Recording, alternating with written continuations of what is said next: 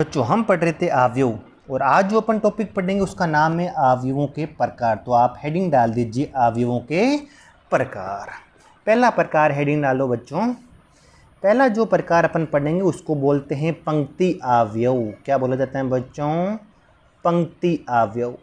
ये इंपॉर्टेंट बच्चों, अपन बहुत सारे प्रकार के अवयव पढ़ेंगे, आपको आना चाहिए पंक्ति अवयव क्या होता है, सारे अवयवों के बारे में आपको आइडिया होना चाहिए। तो हेडिंग डाल दीजिए पंक्ति अवयव और इसकी परिभाषा लिख दीजिए।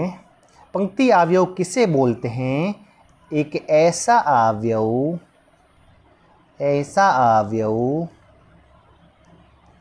जिसमें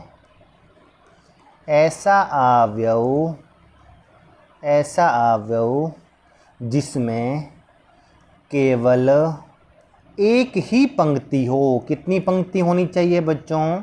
एक ही होनी चाहिए। ऐसा अवयव जिसमें केवल एक ही पंक्ति हो, कौन सा अवयव कहलाता है बच्चों? पंक्ति अवयव कहलाता है। बढ़िया से लिखो, नोट्स अच्छे से, अपने नोट्स अच्छे बनने चाहिए और कोई दिक्कत नहीं है। मैं इसका आपको एग्जाम्पल लेके बताऊं तो तुम कहोगे सर एग्जाम्पल दे दीजिए एक। मैंने कहा लो बच्चों एक एग्जाम्पल देते हैं। मान लीजिए कि कोई अवयव ए है, कोई अवयव कौन सा मेरे पास ए है, उसमें केवल कितनी पंक्ति होनी चाहिए बच्चों? पंक्तियों की संख्या केवल एक ही होनी चाहिए और उसमें स्तंभ कितने भी हो सकते हैं, उससे कोई फर्क नहीं पड़ता। जैसे मैं एग्जांपल ले रहा हूँ, मान लो 2, मैंने क्या ले लिया बच्चों? 2 ले लिया, -3 ले लिया, 4 ले लिया, 6 ले लिया। मैं पूछूंगा इसमें बता, इसमें पंक्तियों की संख्या कितनी है? तुम बोलेगा पंक्तियों, मैंने बोला था, मैंने पिछले लेक्चर में आपको बताया था पंक्ति क्या होती हैं। क्षैतिज लाइन पंक्ति होती हैं, ऊर्ध्वाधर लाइन जो क्या होती हैं आपका? स्तंभ होती हैं। तुम कहेगा सर इसमें एक पंक्ति है और 4 स्तंभ है। कितनी पंक्ति और कितना स्तंभ है? एक पंक्ति है और 4 स्तंभ है, तो इसका क्रम कितना हो जाएगा? तुम बोलोगे सर इसका क्रम हो जाएगा 1/4। और ऐसी मैट्रिक्स को अपन कौन सी मैट्रिक्स बोल देते हैं बच्चों? अपन बोल देते हैं पंक्ति अवयव। कौन सा अवयव बोल देते हैं? पंक्ति अवयव। अच्छे से सुनना, पंक्ति अवयव किसको बोलते हैं? ऐसा अवयव जिसमें केवल कितनी पंक्ति होनी चाहिए? एक। स्तंभ कितने भी हो सकते हैं, 1 2 3 4 कितने भी हो सकते हैं। अगली हेडिंग डालिए आप। इसके बाद में अगली हेडिंग डालिए, सेकेंड नंबर, स्तंभ अवयव। कैसा अवयव बच्चों? स्तंभ अवयव। सेम वो की वो परिभाषा थी। पहला कौन सा अवयव था? पंक्ति अवयव था। सेकंड कौन सा अवयव है बच्चों? स्तंभ अवयव। स्तंभ अवयव किसको बोलते हैं? परिभाषा लिखो। ऐसा अवयव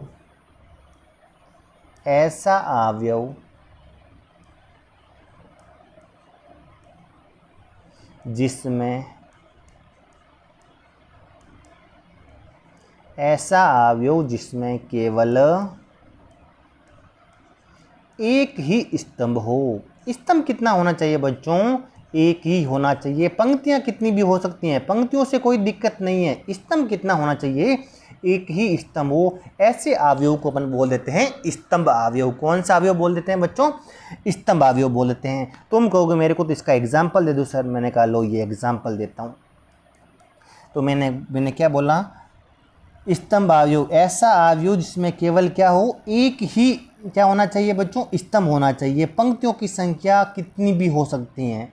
तो मैं एग्जांपल ले रहा हूं, देखो जैसे मान स्तंभ केवल एक ही होना चाहिए बच्चों। पंक्तियां कितनी भी हो उससे कोई फर्क। और आपको पता होना चाहिए पंक्तियां किसको बोलते हैं? क्षैतिज लाइनों को पंक्तियां बोलते हैं और ऊर्ध्वाधर लाइन को क्या बोला जाता है? स्तंभ बोला जाता है। ऊर्ध्वाधर लाइन को क्या बोला जाता है?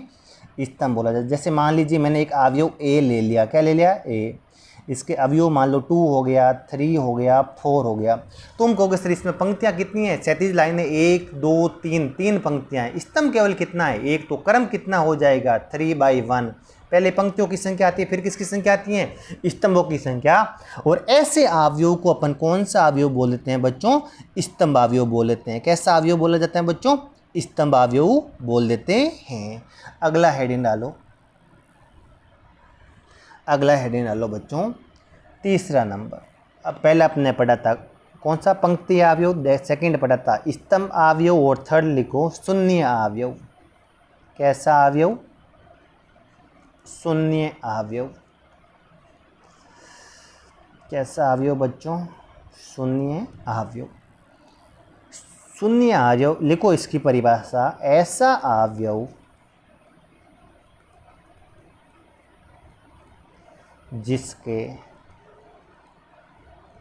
सभी अवयव, सारे के सारे जो भी उसके अंदर आएंगे ना, जो भी उसके अंदर डेटा आएगा ना, सभी अवयव शून्य हो। सभी अवयव कितने होना चाहिए? शून्य होना चाहिए। ऐसे अवयव को अपन क्या बोल देते हैं बच्चों? शून्य अवयव। कौन सा अवयव बोलते हैं? शून्य अवयव। अच्छे से सुनना, कोई पूछेगा शून्य अवयव किसको बोलते हैं, तो ऐसा अवयव जिसके सभी अवयव जो अंदर जो अपन संख्या लिखते हैं उसको अवयव बोलते हैं। संख्या को क्या बोला जाता है? अवयव बोलते हैं। सारी के सारी अवयव क्या होना चाहिए बच्चों? शून्य होना चाहिए, और ऐसे को अपन बोल देते हैं शून्य अवयव। जैसे मैं आपको एक एग्जाम्पल के द्वारा समझाता हूं, उदाहरण लेके।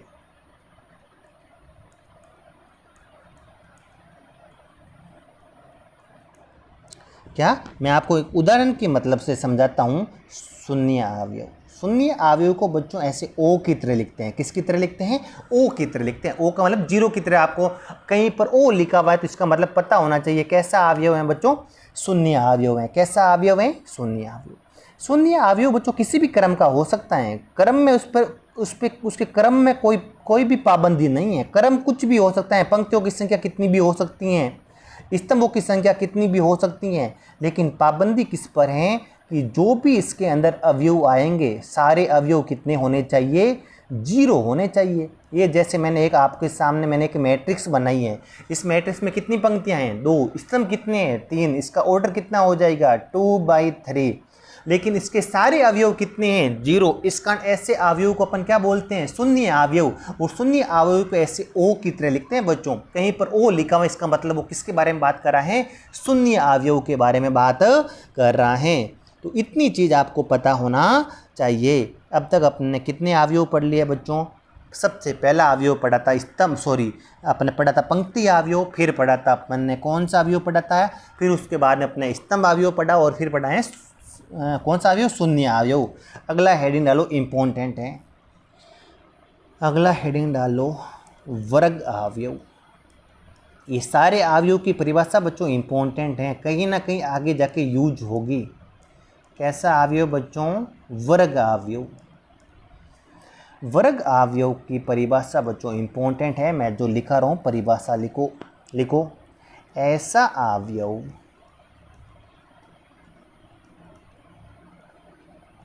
जिसमें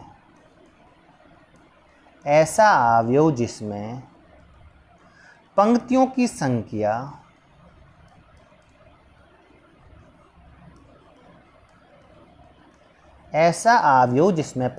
संख्या व स्तंभों की संख्या, किसकी संख्या? पंक्तियों की संख्या व स्तंभों की संख्या समान हो। पंक्तियों की संख्या व स्तंभों की संख्या समान हो, ऐसे अवयव को हम वर्ग अवयव बोलते हैं बच्चों। कैसे अवयव को? ऐसा अवयव जिसमें स्तंभों की संख्या और पंक्तियों की संख्या समान हो, ऐसे अवयव को अपन कौन सा अवयव बोल देते हैं? वर्ग अवयव। जैसे मैं उदाहरण लेके समझाता हूँ। जैसे मैंने आपको उदाहरण लेके समझा रहा हूँ। क्या लेके समझा रहा हूँ बच्चों? उदाहरण। वर्ग अवयव का एक ही परिभाषा है कि पंक्तियों की संख्या और स्तंभों की संख्या क्या होनी चाहिए? समान। और आपको पता है अवयव को अपन एक बड़े वाले ब्रैकेट में दिखाते हैं। किसके अंदर दिखाते हैं बच्चों? बड़े वाले ब्रैकेट के अंदर दिखाते हैं। अगर किसी भी अवयव में पंक्तियों की संख्या और स्तंभों की संख्या समान हो जाए तो ऐसे अवयव को वर्ग अवयव बोल देते हैं। जैसे मैंने मान लिया ये 2 - 1 6 4 8 0 -1 2 3, ये एक अवयव है। तुम कहोगे सर इसमें पंक्तियों की संख्या भी 3 है, स्तंभों की संख्या भी 3 है, तो इसका क्रम कितना हो जाएगा? तुम कहोगे सर इसका क्रम होगा 3/3। क्रम कितना का हो जाएगा? 3/3। और ऐसे अवयव को अपन बोल देते हैं, कौन सा अवयव बोलते हैं बच्चों? वर्ग अवयव बोलते हैं। कौन सा अवयव बोलते हैं बच्चों? वर्ग अवयव। और अच्छे से सुनना, वर्ग अवयव का ये जो विकिरण होता है, कौन सा बच्चों? ये जो विकिरण, कौन सा? ये वाला जो भी किसी भी वर्ग अवयव का ये वाला जो विकिरण होता है, उसको वर्ग अवयव का मुख्य विकिरण कहते हैं। कौन से कहते हैं बच्चों, कौन सा विकिरण कहते हैं बताओ। आपको पता होगा किसी भी वर्ग के कितने विकिरण होते हैं, दो, एक विकिरण ये और एक विकिरण क्या होते हैं। आपने कभी वर्ग पढ़ा होगा तो आपको पता है वर्ग के कितने विकिरण होते हैं बच्चों। वर्ग के आपने कहोगे सर एक विकिरण तो ये वाला होता है और एक विकिरण ये वाला। तो बच्चों किसी भी किसी भी वर्ग मैट्रिक्स के भी बताओ है ना कितने विकिरण होंगे, दो विकिरण होंगे। लेकिन कौन से विकिरण को अपन मुख्य विकिरण कहते हैं, इस वाले विकिरण को वर्ग अवयव का मुख्य विकिरण कहते हैं। ये चीज़ें बच्चों मोस्ट इंपॉर्टेंट हैं। इस वाले विकिरण को बच्चों है ना क्या नाम दिया जाता है कि ये वर्ग अवयव का कौन सा विकिरण है, मुख्य विकिरण। इसको मुख्य विकिरण कहा जाता है बच्चों। इंपॉर्टेंट चीज़ है, ये आपको लिखनी चाहिए। किसी भी वर्ग के कितने विकिरण होते हैं, जैसे इसके भी एक विकिरण ये हो जाएगा। एक विकिरण कौन सा होगा, ये 6, 8 और -1 का। इससे अपन को कोई मतलब नहीं है, अपन को केवल इस विकिरण से मतलब है। ये कौन सा अवयव है, A11। ये कौन सा अवयव है, A11। ये कौन सा अवयव है, दूसरी पंक्ति और दूसरी स्तंभ का, इसको A22 बोलते हैं। ये कौन सा अवयव है, तीसरी पंक्ति और तीसरी स्तंभ का, इसको बोलते हैं A33। तो A11, A22 और A33 ये वाला विकिरण होगा। और इस विकिरण को अपन क्या नाम दे देते हैं बच्चों, मुख्य विकिरण। ये चीज आपको पता होना चाहिए कि एक वर्ग अवयव का मुख्य विकिरण क्या होता है। पहली चीज, वर्ग अवयव में क्या पता होना चाहिए, एक ऐसा अवयव जिसमें पंक्तियों की संख्या व स्तंभों की संख्या क्या होनी चाहिए, समान होनी चाहिए। और वर्ग अवयव में ये वाला एलिमेंट आपको पता है कि सर इस वाले एलिमेंट को हम A11 बोलते हैं। क्या बोल देते हैं, मैंने कहा बिल्कुल बोलते हैं। तुम कहोगे सर इस वाले विकिरण को इस वाले जो अवयव है इसको अपन क्या बोलेंगे, क्या बोलेंगे, A22 बोलेंगे, क्योंकि दूसरी पंक्ति और दूसरे स्तंभ का है। और इस वाले अवयव को सर अपन बोल देंगे A33। तो देखो A11, A22 और A33 ये वाला जो वर्ग अवयव का विकिरण होता है उसको वर्ग अवयव का मुख्य विकिरण कहते हैं। इतनी चीज आपको पता होना चाहिए वर्ग अवयव के बारे में। अब बच्चों वर्ग अवयव के अंदर ही 2-3 प्रकार और होते हैं, उसके बारे में बात करेंगे। नए प्रकार नहीं है, वर्ग अवयव के अंदर ही 2-3 प्रकार और है, उसके बारे में अपन बात करेंगे। अच्छे से सुनना। अपन ने अभी एक पढ़ा था वर्ग अवयव। क्या पढ़ा था बच्चों, वर्ग अवयव। इसके अंदर ही अपन 2-3 स्पेशल बात करेंगे। वर्ग अवयव में एक स्पेशल प्रकार होता है जिसको अपन हिंदी में बोला जाता है विकिरण अवयव। कौन सा अवयव बोला जाता है बच्चों, विकिरण अवयव। होता एक वर्ग अवयव ही है, लेकिन होती क्या है इसकी बात करेंगे, विकिरण अवयव होता है। और वर्ग अवयव में एक प्रकार और होता है जिसको बोला जाता है अपन अदिश अवयव बोला जाता है। हिंदी में क्या बोला जाता है बच्चों, अदिश अवयव। कोई पूछेगा अदिश अवयव कैसा है, तो तुम बोलोगे वर्ग अवयव है। कैसा अदिश अवयव होता कैसा है, वर्ग। विकिरण अवयव भी कैसा अवयव होता है, वर्ग अवयव होता है। और इसके अलावा एक अवयव और है, इकाई अवयव। ये आपको लिखना नहीं है, अभी अच्छे से लिखाऊंगा, लेकिन आपको मैं समझा रहा हूँ। अब ये अपन अगले 3 अवयव पढ़ेंगे। कौन से अवयव पढ़ेंगे बच्चों, 3 अवयव। कोई पूछेगा विकिरण अवयव क्या है, विकिरण अवयव भी एक विकिरण अवयव वर्ग अवयव होना जरूरी है। वर्ग अवयव होना बिल्कुल जरूरी है। विकिरण अवयव हमेशा एक वर्ग अवयव होता है। अदिश अवयव भी कैसा अवयव होता है, वर्ग अवयव होता है। और इकाई अवयव भी कैसा अवयव होता है बच्चों, वर्ग अवयव होता है। तो याद रखना, अपन वर्ग अवयव के प्रकार और आगे, वर्ग अवयव को और आगे पढ़ रहे हैं। तो ये मत सोचना कि अपन कुछ और पढ़ रहे हैं। अपन कौन सा अवयव पढ़ रहे हैं बच्चों, वर्ग अवयव ही पढ़ रहे हैं, लेकिन कुछ और प्रकार पढ़ रहे हैं। तो सबसे पहले आप हेडिंग डालो विकिरण अवयव। बच्चों अपने कितने अवयव पढ़ लिए पीछे, 4 अवयव। अगला हेडिंग डालो आप विकिरण अवयव। कैसा अवयव बच्चों, विकिरण। मैं जो समझाने की कोशिश कर रहा हूं वो क्या बात है बच्चों, आपको अभी समझ में आएगी। कोई पूछेगा, पहली चीज, विकिरण अवयव एक वर्ग अवयव की तरह होता है। इसमें भी पंक्तियों की संख्या और स्तंभों की संख्या क्या होनी चाहिए, समान होना चाहिए। ये एक वर्ग अवयव है। पहली चीज तो आपके दिमाग में होना चाहिए, विकिरण अवयव हमेशा कैसा अवयव होता है बच्चों, वर्ग अवयव होता है। कैसा अवयव होता है? वर्ग अवयव। इसका मतलब क्या होता है कि सर विकिरण अवयव के अंदर भी आपके पंक्तियों और स्तंभों की संख्या समान होती है। मैं कहूँगा बिल्कुल सही है, विकिरण अवयव के अंदर भी पंक्तियों और स्तंभों की संख्या क्या होती हैं? समान होती हैं। अब आप लिखो परिभाषा। इसके अपन लिख रहे हैं परिभाषा। यदि किसी वर्ग अवयव में यदि किसी वर्ग अवयव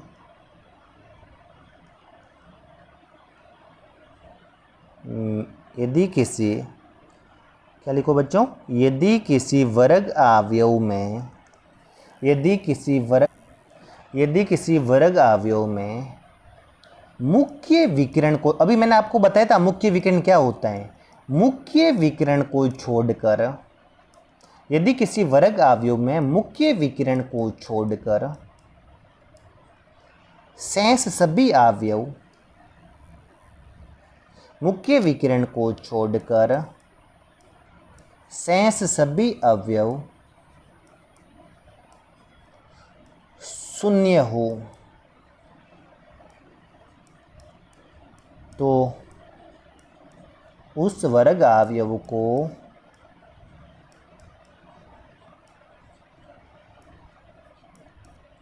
विकिरण अवयव कहते हैं। कौन सा अवयव कहते हैं बच्चों? विकिरण अवयव कहते हैं।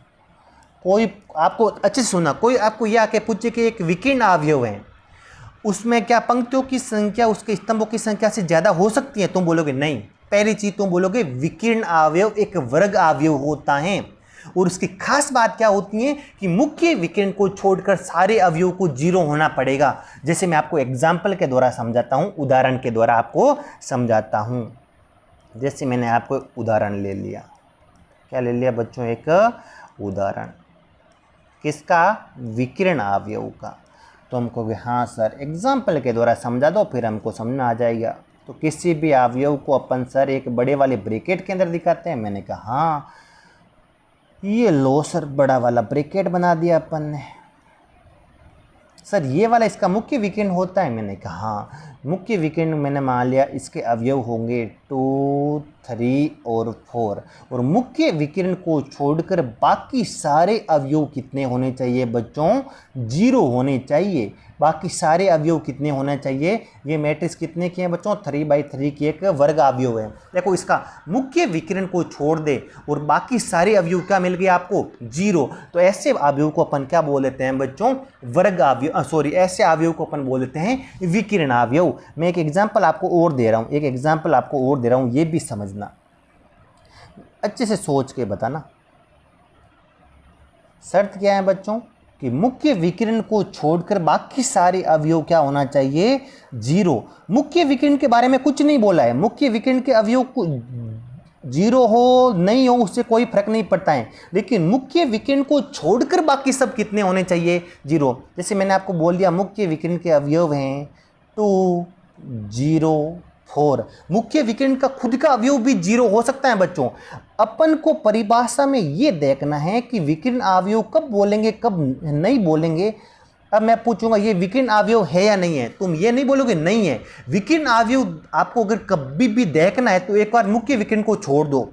मुख्य विकिरण के अलावा अगर सारे अवयव 0 हैं तो मुख्य विकिरण के अवयव चाहे 0 हो चाहे नहीं हो उससे कोई फर्क नहीं पड़ेगा। मुख्य विकिरण के अलावा सब 0 होना चाहिए। विकिरण अवयव की एक ही शर्त है कि एक बार मुख्य विकिरण को छुपा दो। किसको छुपा दो? मुख्य विकिरण को छुपा दो। उसके अलावा अगर सारे अवयव 0 हैं तो ये अवयव भी एक ऐसा अवयव कहलाएगा बच्चों, ये अवयव भी एक विकिरण अवयव ही कहलाएगा। जैसे मैं आपको एग्जांपल और दे रहा हूं बच्चों, बताओ। जैसे एक मैंने अवयव आपको सी दे दिया, क्या दे दिया? सी, और मैंने पूछा बता ये एक विकिरण अवयव है कि नहीं है, तो तुम क्या करोगे? मेरे को आंसर बताना,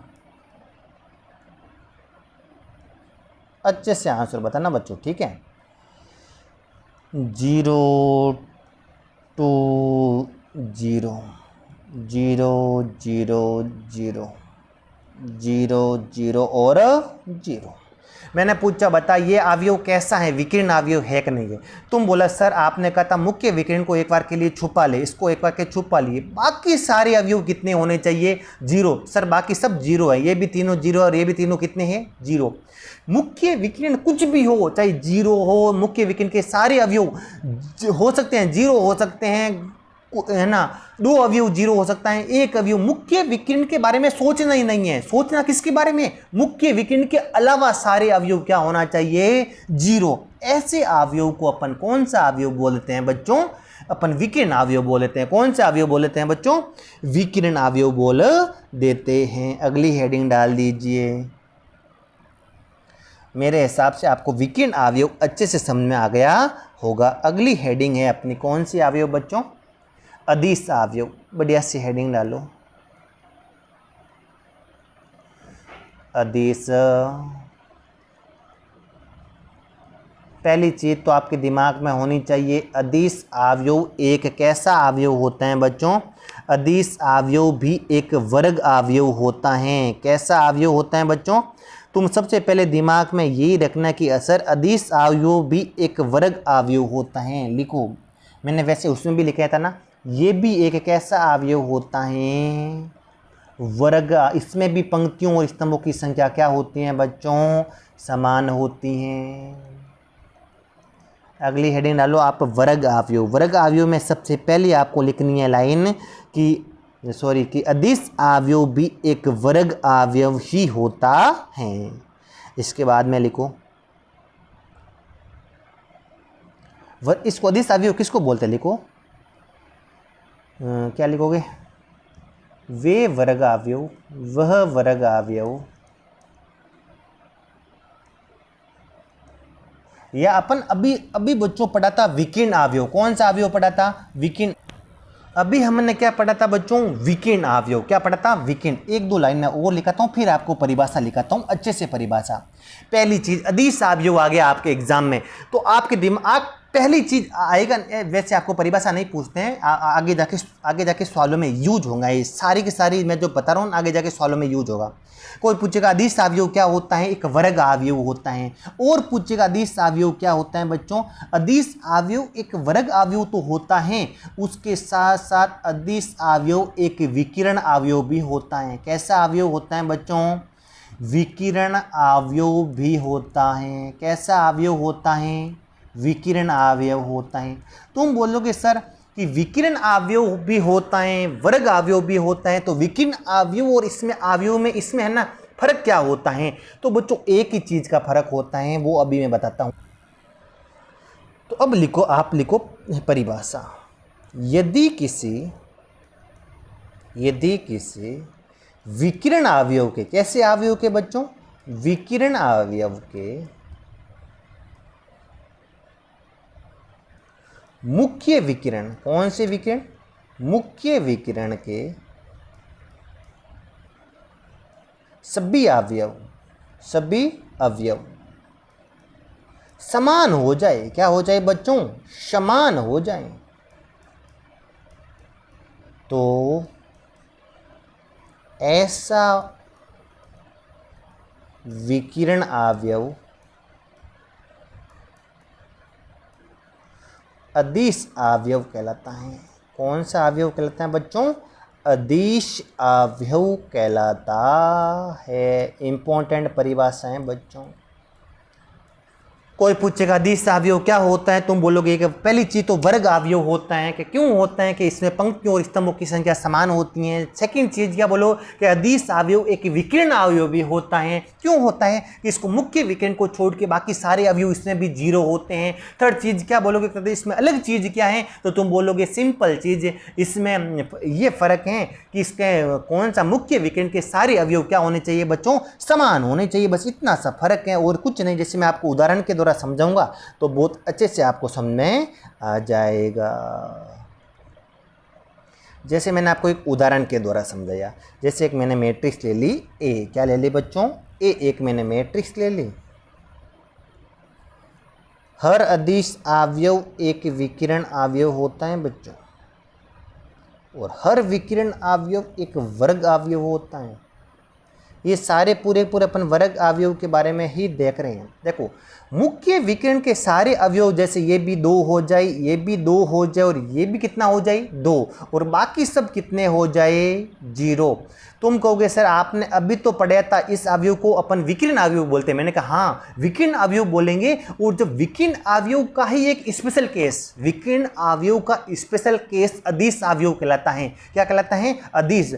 यदि मुख्य विकिरण के सारे अवयव एक समान हो जाए तो ऐसे अवयव को अपन कौन सा अवयव बोलते हैं बच्चों? अदिश अवयव बोलते हैं। कौन सा अवयव बोलते हैं बच्चों? अदिश अवयव। ये मुख्य विकिरण के सारे अवयव क्या होना चाहिए? समान। जैसे मैं आपको एक एग्जांपल और दे रहा हूं, अवयव बी लेके, कुछ भी नहीं है बच्चों, बहुत आसान सा है। आपको कोई अदिश अवयव के बारे में पूछे तो सिंपल सा बताना कि मुख्य विकिरण के सारे अवयव क्या होने चाहिए? समान। जैसे ये -1 हो गया तो ये भी कितना होना चाहिए? -1। ये भी कितना होना चाहिए? माइनस। और मुख्य विकिरण के अलावा सारे के सारे अवयव कितने होने चाहिए बच्चों? 0 होना चाहिए। ऐसे अवयव को अपन अदिश अवयव बोलते हैं। कौन सा अवयव बोलते हैं बच्चों? अदिश अवयव बोल देते हैं। इसके अलावा अगली हेडिंग डालो बच्चों, इकाई अवयव। कौन सा अवयव पढ़ते हैं अपन अगली हेडिंग? इकाई अवयव। अच्छे से सुनना, कोई पूछेगा इकाई अवयव कैसा अवयव होता है, तुम बोलोगे ये भी एक वर्ग अवयव होता है। कैसा अवयव होता है बच्चों? तुम बोलोगे वर्ग अवयव होता है। सेकंड चीज़ बोलोगे क्या? ये भी एक विकिरण अवयव होता है। कैसा अवयव होता है बच्चों? विकिरण अवयव होता है। कैसा अवयव होता है बच्चों? विकिरण अवयव होता है। इसमें भी मुख्य विकिरण को छोड़कर बाकी सारे अवयव कितने होते हैं? 0। तो सर इसमें फर्क क्या है? तो लिखो ऐसा विकिरण अवयव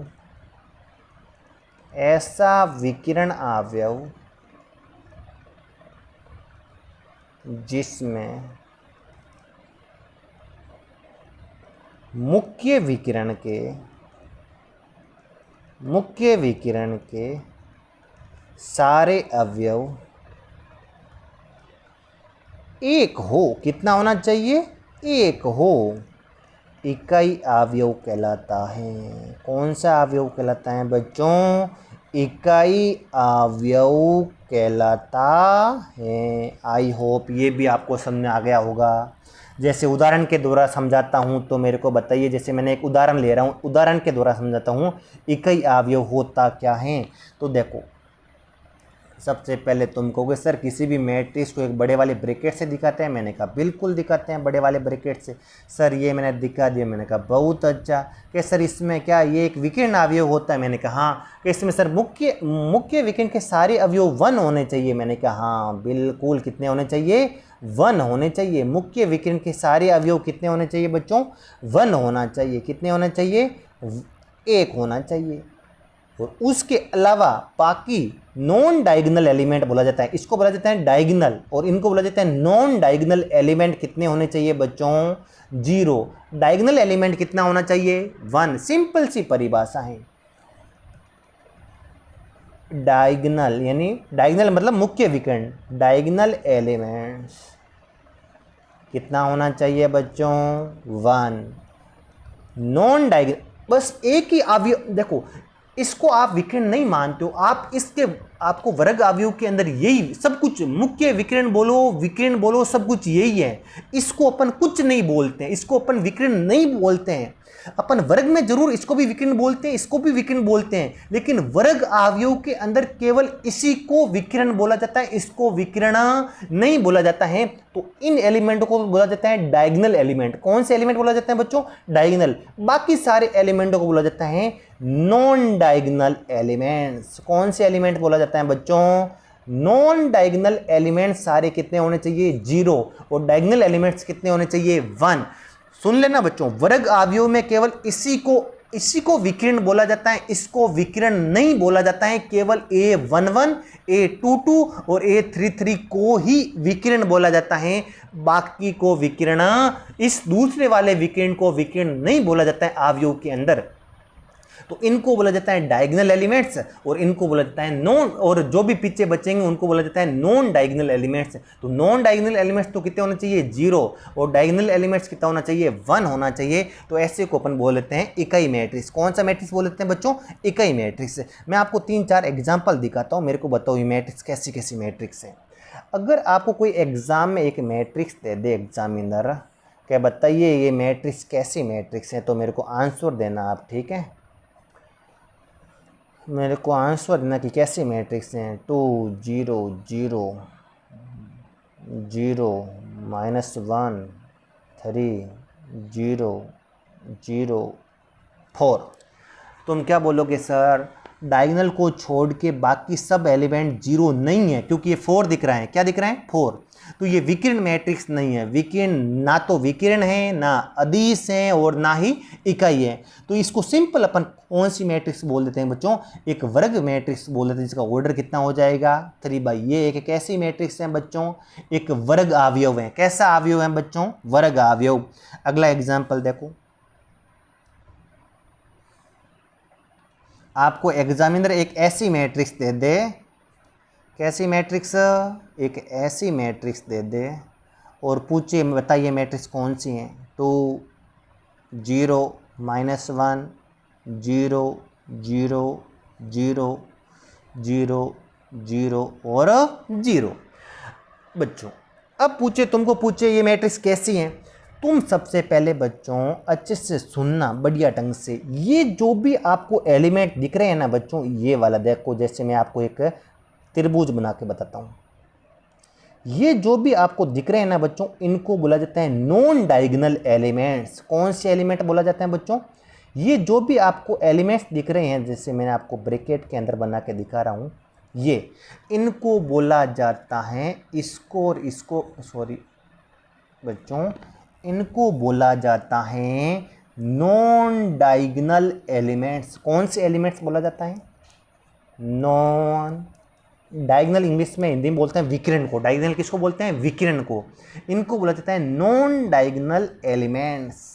क्या बोला जाता है बच्चों, नॉन डायगोनल। अगर सारे के सारे नॉन डायगोनल एलिमेंट 0 मिल जाए तो ऐसे मैट्रिक्स को कौन सी मैट्रिक्स बोल देते हैं बच्चों, विकिरण अवयव बोलते हैं। कौन सा अवयव बोलते हैं, विकिरण। और इसको बच्चों, ये जो भी एलिमेंट आपको इसके अंदर दिख रहे हैं, ये वाले एलिमेंट जो भी आपको दिख रहे हैं, कौन से, जैसे ये,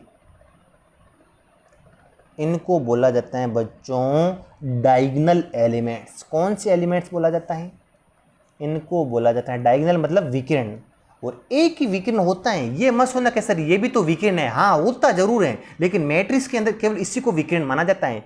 इनको बोला जाता है डायगोनल एलिमेंट्स। कौन सा एलिमेंट्स बोला जाता है बच्चों, डायगोनल।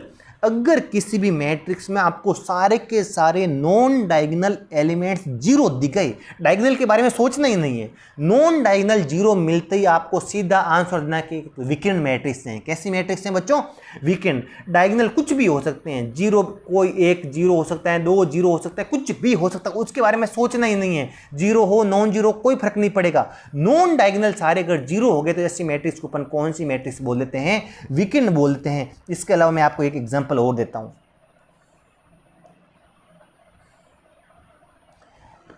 जैसे मैंने आपको एक एग्जांपल दिया है, -6 -6 बाकी नॉन डायगोनल एलिमेंट्स, इनको अब मैं भर रहा हूं। ये कौन से एलिमेंट है, नॉन डायगोनल। ये कौन से थे, डायगोनल एलिमेंट्स। सारे के सारे नॉन डायगोनल एलिमेंट्स कितने मिल गए, 0। तो तुम सीधा आंखें बंद करोगे, सर ये विकिरण अवयव है। मैंने कहा हाँ, मैंने कहा कुछ और देखना, विकिरण को भी देख ले एक बार। तुम कहेगा सर विकिरण के सारे अवयव एक समान है, तो इसको एक और नाम दे दे। पहली चीज तो इसको क्या बोलेगा, सर ये एक विकिरण अवयव है। बिल्कुल तेरा करेक्ट आंसर है। सर इसके मुख्य विकिरण के सारे अवयव समान हैं। जब सारे अवयव समान हो तो इसको एक और नाम दे देता है, अदिश अवयव। कौन सा नाम दिया जाता है बच्चों, तो ये बच्चों 3 प्रकार के बोल सकते हो तुम। इसको एक वर्ग अवयव भी बोल सकते हो, विकिरण अवयव भी बोल सकते हो, और एक अदिश अवयव भी बोल सकते हो। अच्छे से सुनना, बढ़िया ढंग से अपने नोट्स बनाना। मैं आपको एक एग्जांपल और देता हूं।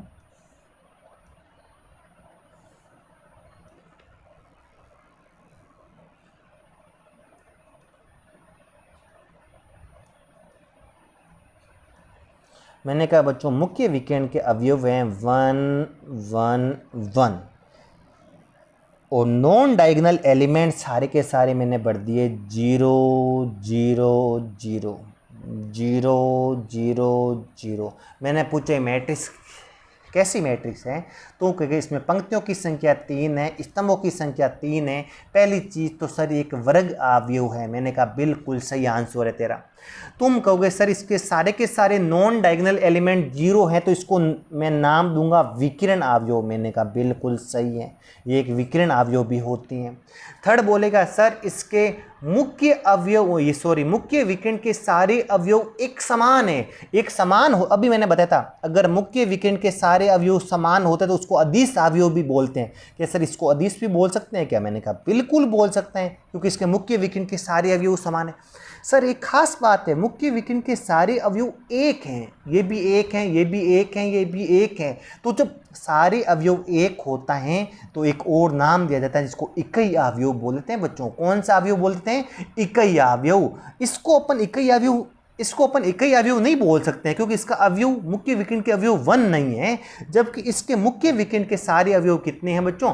1 है। तो इसको अपन कौन सा अवयव बोलते हैं? इकाई अवयव। और इकाई अवयव को बच्चों मैंने आपको उस टाइम जब मैंने परिभाषा लिखा उस टाइम लिखा नहीं होगा, तो यहाँ लिख देना। मुख्य अवयव को आई से लिखा जाता है। किससे लिखा जाता है बच्चों? आई से। और इसमें पंक्तियों की संख्या कितनी है? 3। स्तंभों की संख्या भी कितनी है? 3। तो नीचे ऐसे सिंपल लिख देते हैं, I3 लिख देते हैं। क्या लिख देते हैं बच्चों? I3। मैं कहूँगा मेरे को I2 बना के बता। I का मतलब इकाई अवयव, 2 का मतलब उसका ऑर्डर कितना होना चाहिए बच्चों? 2/2 का ऑर्डर होना चाहिए। कितने बाई कितने का ऑर्डर होना चाहिए? 2/2 का। तुम कहोगे सर अभी बना लेते हैं 2/2 का। I2 का मतलब क्या होता है बच्चों? 2/2 का इकाई अवयव, 2/2 का इकाई अवयव। तो सिंपल सा ऐसे बना लो और ये कितना हो जाएगा? 1 1 0 0। और कभी मैंने बोला मेरे को 0 मैट्रिक्स चाहिए, बड़ा वाला ओ दिखा दिया मतलब 0 मैट्रिक्स, और नीचे उसका ऑर्डर लिख दिया 2/3 का। कितने का? 2/3 का। तो इसका मतलब इसमें पंक्तियों की संख्या कितनी होगी? 2। स्तंभों की संख्या कितनी होगी? 3। तो आपको अभी बना लेते हैं सर, पंक्तियों की संख्या 2, स्तंभों की संख्या 3 और 0 मैट्रिक्स मतलब उसमें सारे के सारे अवयव कितने होने चाहिए? 0। लो सर एक ये 3 स्तंभ और ये 2 हो गई पंक्तियाँ। 2/3 की एक क्या हो गई बच्चों? 0 मैट्रिक्स हो गई। अच्छे से सुनना, मैंने कहा मेरे को एक 0 मैट्रिक्स चाहिए 2/4 की। कितने की चाहिए? 2/4 की। इसको आपको पढ़ना आना चाहिए। 0 मैट्रिक्स एक वर्ग अवयव हो जरूरी नहीं है, कुछ भी हो सकता है। मेरे को चाहिए 2/4 की।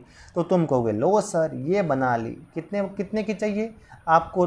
2 पंक्तियां चाहिए और 4 स्तंभ चाहिए। मैंने कहा हाँ। और 0 अवयव है तो इसके सारे के सारे अवयव कितने होने चाहिए? 0 होना चाहिए। लो सर अभी बना देते हैं 0 0 0 0 0 0 0 और 0। मैंने कहा मेरे को I4 चाहिए। क्या चाहिए? I4 का मतलब इकाई अवयव, और उसका ऑर्डर कितना होना चाहिए? 4 मतलब इकाई अवयव। 4 मतलब पंक्तियों की संख्या भी 4 और स्तंभों की संख्या भी कितनी होनी चाहिए? 4। आपको पता है इकाई अवयव एक वर्ग अवयव होता है। तो तुमको बोले सर अभी बना देते हैं। क्या इसमें छोटी मोटी बातें सर मत पूछा करो। तो लो सर ये आपका 4/4 का इकाई अवयव, ये भी 1, ये भी 1, ये भी 1, ये भी 1। बाकी सारे के सारे नॉन डायगोनल एलिमेंट सर कितने हो जाएंगे? 0 हो जाएंगे। कितने हो जाएंगे बच्चों?